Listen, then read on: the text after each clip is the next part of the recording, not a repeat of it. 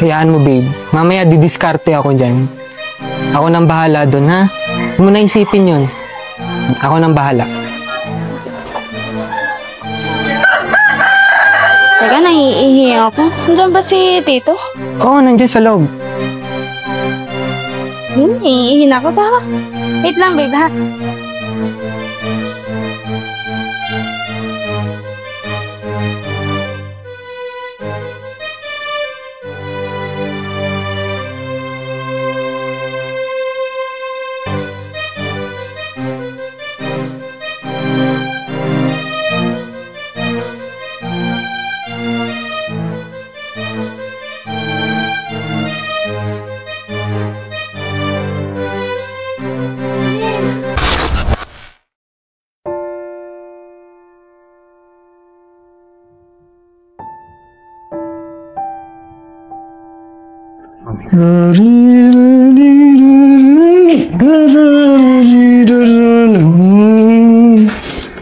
Tay, baka naman may extra kayo dyan pera dyan, no? Pairam ako. Nagkayayaan kasi yung tropa namin, eh. Ako lang hindi sasama. Ang problema natin ito, wala akong pera dito ngayon. Sa Miyerkules pa yung katapusan, eh. Yan na naman kayo, tay, eh. Lagi na lang kayo walang pera, tas mamaya meron naman. Yan ka na rin naman, puro kahingi. Kung yung ginagawa mo dyan, paupo-upo ka dyan, tumatayo ka dyan, tapos naghahanap ka ng trabaho, di hindi ko solong lahat ng gastos dito sa bahay. Dami nyo sinasabi, eh. Hindi naman kayo magpapahiram. Sino marami sinasabi sa atin? Ikaw itong nananahimik ako, hindi ka lang nabigyan ng pera kung ano na sinabi mo. O sige, lalakad ako at titignan ko kung may makakahiram ako doon sa mga kumpare ko. Ha? Masyado mainit ang ulo. Magang-maga yung iyo yan.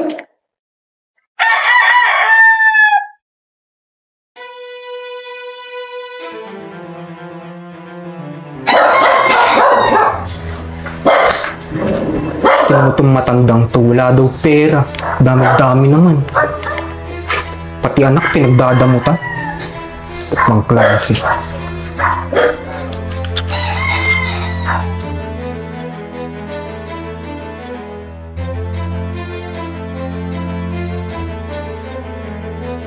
Oh, kuya. Kinuha mo ba yung pera sa wallet ni tatay? Hinahanap niya kasi kanina eh. Nawawala daw. Hindi. Anong kukunin ko dun?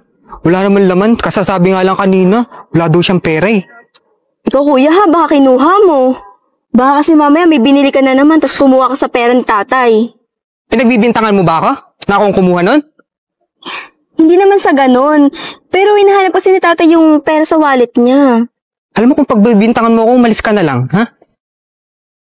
Pasensya na, pasensya na. Nga pala, saan ka ba pupunta?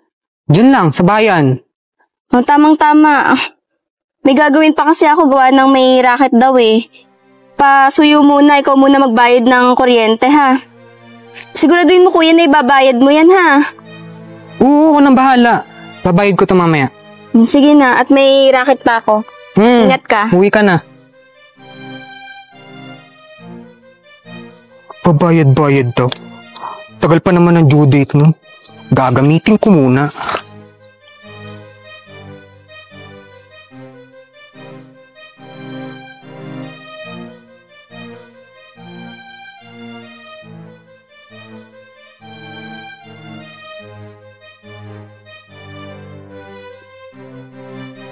Salamat po. Hello. Oo nga, ibibigay ko nga yun sa'yo. Bukas sa bukas din, gagawin ko ng paraan. Ha? Oo na, sige na, sige na. Oo, mamaya na.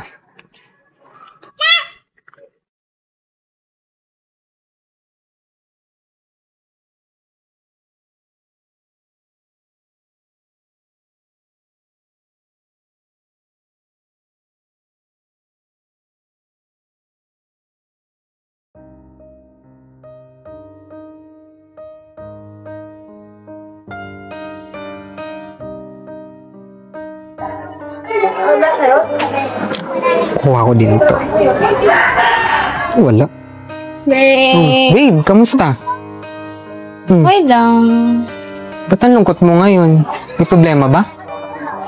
Wala. Saan tayo mamaya? Babe, alam ko may problema ka. Ano yun? Sabihin mo na. Nanay kasi, inatake na naman ng sakit niya. Dinala sa ospital. Wala, yung mga racket ko, yung racket din ni tatay, wala. Hindi rin sapat. Hindi ko na nga alam kung saan ako kukuha eh. Hayaan mo, babe. Mamaya didiskarte ako dyan. Ako nang bahala doon, ha? Huwag mo na isipin yun. Ako nang bahala. Teka, naiihi ako. Nandiyan ba si Tito? Oo, nandiyan sa loob. Okay. Naiihi na ako. Tara. Wait lang, babe, ha?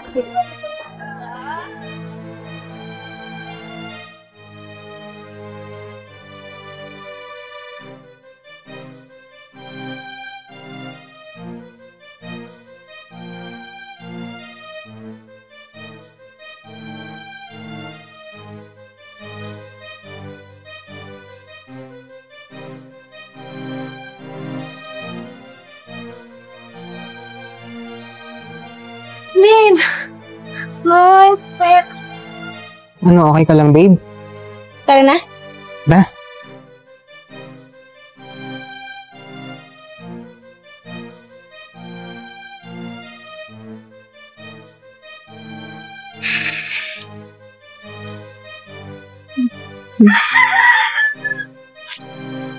Ayun, kaya nga eh. Oh, anong ginagawa niyo dito lahat?